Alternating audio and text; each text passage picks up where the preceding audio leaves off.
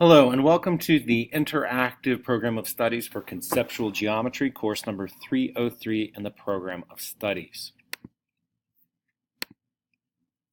So the content and pace of this course, it covers the foundational topics of geometry, including tools of geometry, parallel and perpendicular lines, perimeter and area, right triangle geometry, geometric transformations, right triangle trigonometry, quadrilaterals, geometry in the coordinate plane, circles, as well as volume and surface area.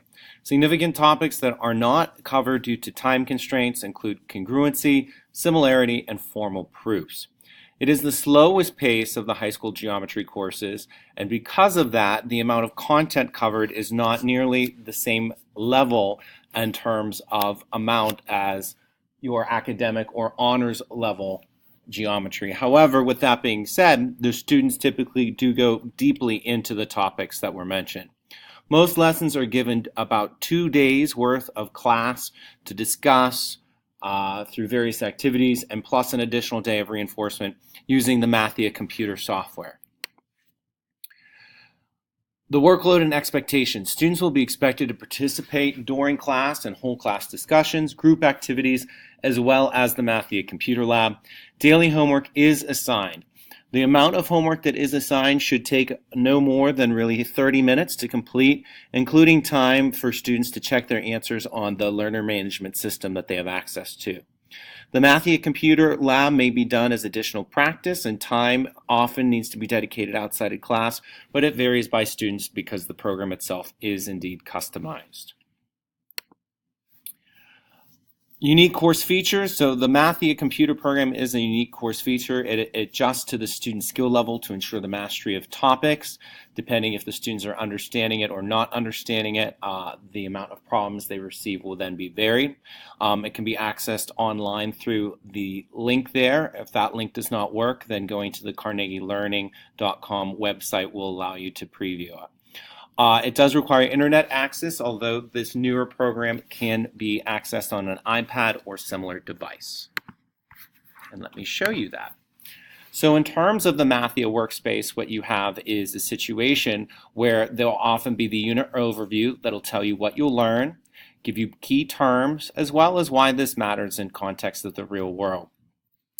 Furthermore, it tells you what workspaces that you have and the progress that you've made. You also can create your avatar if you'd like. So I'm just going to go to the workspace and show you what a problem looks like. This is a sample from the geometric transformation unit, which is typically done toward the end of the first semester, although that could vary. Let's go to problems.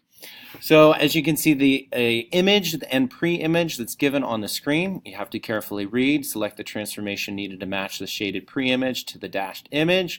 You can only use one transformation. The reference point on the pre-image is point W.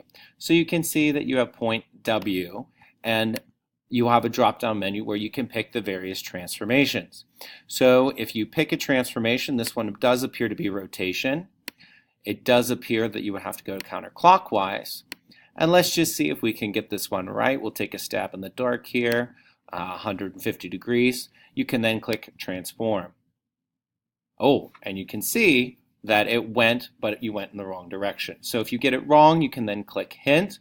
Notice you have your progress bar at the top. And because that was incorrect, indeed it might take you a little bit longer to get through the section then. Or you can simply try again. So if I go close there, and I'm going to try rotation once more, go clockwise, and if we try that direction, let's see what happens there. Yes, we got it. So does the pre-image match the image target? You click yes, then select a statement. These indeed are the same size and shape.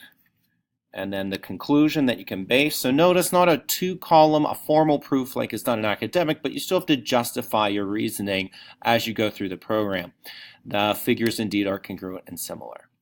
Notice now that I've gone through that, and after I got it incorrect, now that I got those parts correct, my progress bar does go up, and it also can be broken down into the particular skill. So this is why I stated before that indeed the amount of time it takes on this program is going to vary student to student. Okay, click I'm done, and then the next problem would come up. So I hope that gives you an idea of what conceptual geometry would be like, as well as the Mathia computer program and that component to the course. Thank you for watching.